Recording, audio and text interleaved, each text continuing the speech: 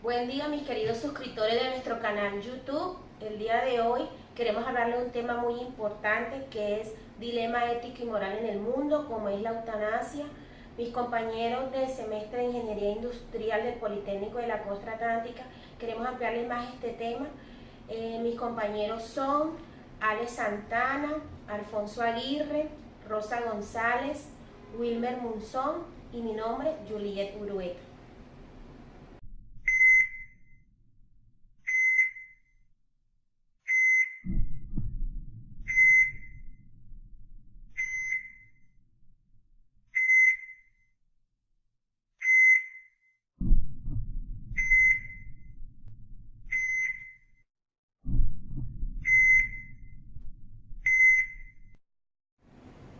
La palabra eutanasia se deriva de las raíces griegas que se dividen en dos términos, eu, que es igual a bueno, y thanatos, que es igual a muerte. Según la Organización Mundial de la Salud, define la eutanasia como aquella acción del médico que provoca deliberadamente la muerte del paciente, lo cual hace referencia al acto de acabar la vida de otra persona a petición propia, con el fin de minimizar el sufrimiento. La eutanasia es un procedimiento voluntario, intencionado, estudiado y consciente que realiza el médico para acelerar la muerte de un paciente en estado terminal. Clasificación de la eutanasia. Esta se desprende en dos ramas, es según el accionar del médico y según la voluntad del paciente. Según el accionar del médico está la eutanasia directa, que es una provocación intencional del médico que busca la terminación de la vida del paciente. En esta eutanasia directa se desprende la eutanasia activa o la eutanasia pasiva. La activa es cuando el médico suministra un fármaco para que éste vaya haciendo efecto y se genere la muerte definitiva del paciente. Y la pasiva es cuando el médico decide suspender tratamientos, suspender terapias para que con el tiempo se genere la muerte del paciente. La eutanasia indirecta se da como resultado de efectuar procedimientos médicos intensos con intención terapéutica que pueden producir la muerte. Según la voluntad del paciente podemos clasificarlo de la siguiente manera: voluntaria, no voluntaria e involuntaria. Hablemos de la voluntaria. La voluntaria es aquella en la cual es el paciente quien toma la decisión o por terceras personas obedeciendo los deseos del paciente que ha expresado con anterioridad en algún tipo de documento. Hablemos del no voluntaria. No voluntaria ocurre cuando un tercero toma la decisión, pues no es posible conocer, averiguar los deseos del paciente y generalmente lo toma un familiar. La involuntaria es el mismo procedimiento, lo toma un tercero, pero en este caso no se consulta con un familiar, se toma la decisión directa. Quizá la mayoría de las personas pueden pensar que es un procedimiento de pronto tétrico o doloroso o difícil de presenciar. No tiene nada de eso. Yo tomo una vena, coloco un suero fisiológico a través de esta vena y allí voy a aplicar un anestésico que lo coloco en el doble de lo que yo necesitaría, por ejemplo, para sacarte el apéndice. 2 minutos después, máximo 3, él cae en una profunda somnolencia debido al anestésico. Y cuando ya está en esta anestesia, que catalogamos de grado 2, le voy a colocar otro medicamento que al llegar al corazón va a paralizar el corazón. Al detenerse el corazón, va a dejar de enviar sangre a oxigenarse en el pulmón. Entonces el organismo sigue funcionando unos minutos más mientras se consume el oxígeno que está presente en la sangre. Más o menos 2 minutos y medio después de haber inyectado este despolarizante cardíaco, se detiene el diafragma y se inicia todo el proceso de la defunción del paciente. La eutanasia en los países del mundo. En este mapa podemos darnos cuenta donde la eutanasia es activa legal, que es donde están los colores azul oscuro. En los colores claros, la eutanasia es pasiva legal.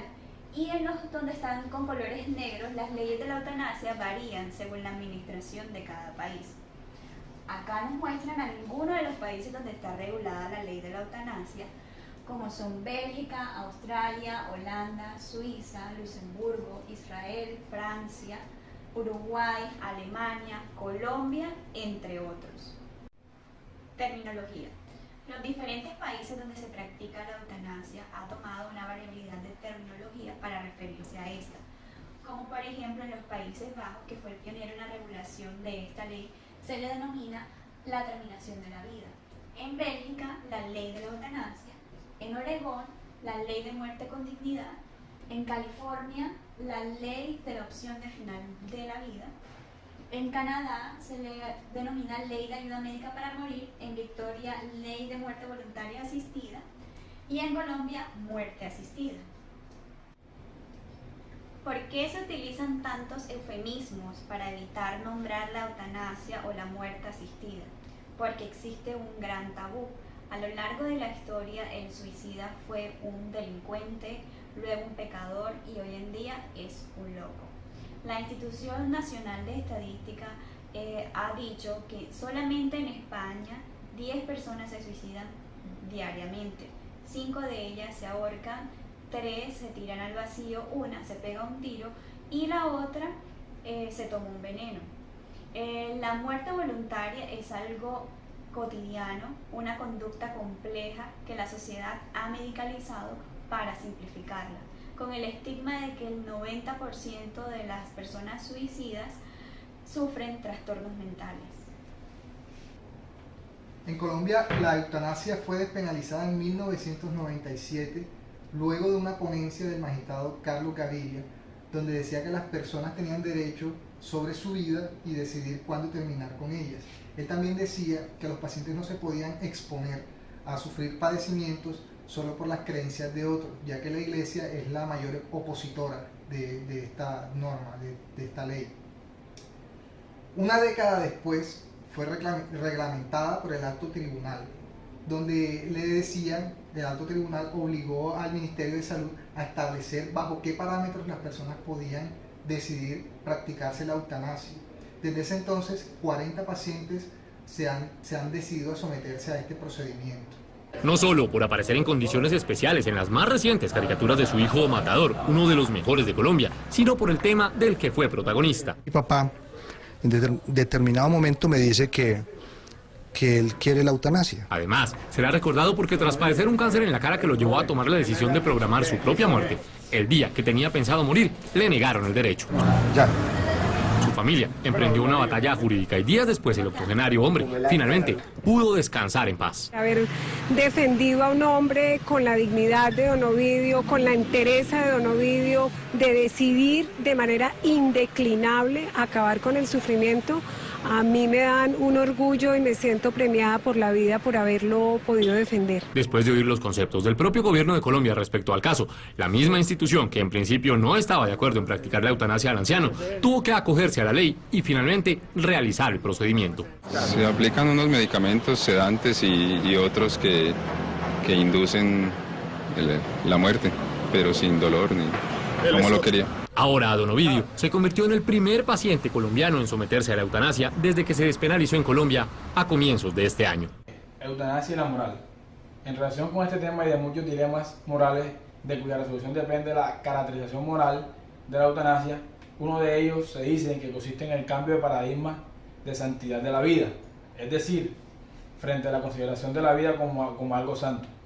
Ahora, todos tenemos la consideración de que la vida vale en función del valor que le dé cada persona.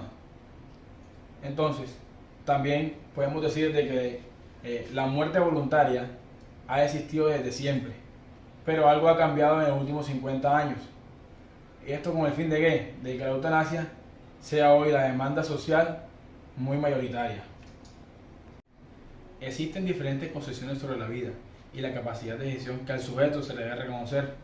Nosotros tomamos como importante dos, de las cuales una se dice que la primera es la posición de afirmar el carácter sagrado de la vida. Esto se va más que todo a un tema más religioso, donde en esta doctrina se dice que la vida es lo más sagrado que ellos tienen sin importar la voluntad del sujeto. Y además que también se dice que nadie tiene legitimidad moral para destruir esta santidad. Pero este tipo de doctrina no se puede imponer dentro de toda la sociedad. En pocas palabras, el Dios Supremo es quien tiene la potestad de que si un individuo vive o no. ¿Por qué desde el Congreso querer imponer otras salidas para simplemente acabar con la vida humana? Lo hemos hecho en otras ocasiones anteriores, y no solamente con la eutanasia, sino también con el aborto, que no generemos más violencia, que no nos convirtamos en asesinos. El que es católico y cree que la vida es de Dios tiene derecho a preservar su vida con base en eso. Hay otros que creen, de acuerdo a sus convicciones, de que todo es el final de la muerte, y que si se va a morir en un mes, ¿por qué no se puede morir antes? Y se ahorra ese dolor. La segunda concesión es la calidad de vida, donde dice que hay circunstancias que contribuyen a que la calidad de vida de ésta sea mayor o menor, y no puede ser sometida a ponderaciones afines y valores o interés. Ahora podemos decir, o más bien es que morir es una decisión personalística. Por lo tanto, ninguna persona solicita a un médico una eutanasia sin estar convencida de que el sufrimiento suyo es irremediable. Ahora, también podemos decir de que las personas no deciden morir por miedo a dolor o síntomas de agonía, sino porque consideran de que vivir así ya no tiene sentido. Ahora a continuación vamos a mostrarle algunas ventajas y desventajas de la eutanasia. La mayor ventaja de la eutanasia es que el paciente acaba con su sufrimiento y al paciente ya la enfermedad no lo va a agobiar más. Otra ventaja es que también la familia sufre con el paciente. Entonces, al morir el paciente, ya la familia va a pasar a un luto y luego va a sentirse más tranquila. Las personas tienen derecho a decidir en qué momento desean morir, y es una forma de ayudar a los pacientes que sobreviven a través de máquinas. También se ahorran gastos. Las desventajas de la eutanasia son más que todo de carácter religioso y con conflictos de culpabilidad, ya que pues por la religión dice que solo Dios es el que tiene el poder de quitarle la vida a las personas, y los conflictos de culpabilidad vienen después de tomar la decisión, cuando obviamente la persona ya comienza a hacerle falta a los familiares, cuando comienzan a hacerse preguntas sobre si iba a sobrevivir, si fue la mejor decisión, quién tomó esa decisión.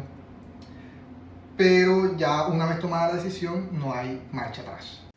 Con lo anteriormente expuesto, podemos concluir que la eutanasia es todo acto u omisión realizado por personal médico que ocasiona la muerte de un ser humano con el fin de evitar sufrimientos insoportables o la prolongación artificial e inhumana de su vida. La eutanasia comprende una clasificación, ya sea por su finalidad, por sus medios, por su intención, por su voluntariedad y el llamado suicidio asistido.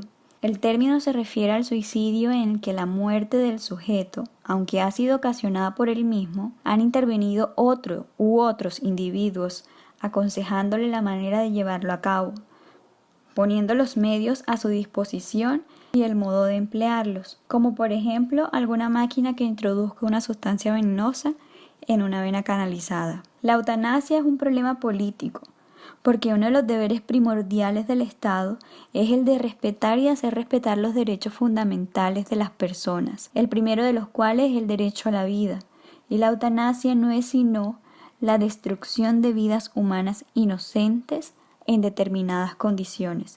Pero antes de practicarla se reconoce la necesidad de agotar todos los mecanismos hasta el último recurso. Una vez superados todos los medios y se presente la muerte cerebral, es inevitable, y entonces por lo menos se debe permitir una muerte digna. Creemos que la vida es nuestro bien más preciado y que no tenemos derecho a decidir sobre ella, sino en instancias importantes. La eutanasia como último recurso no debería ser negada y debería brindarnos la posibilidad de mantener la esencia de nuestra propia dignidad. Pero mientras los ordenamientos jurídicos protejan la vida como derecho fundamental, base de los demás derechos humanos, será difícil su legalización. Muchas gracias.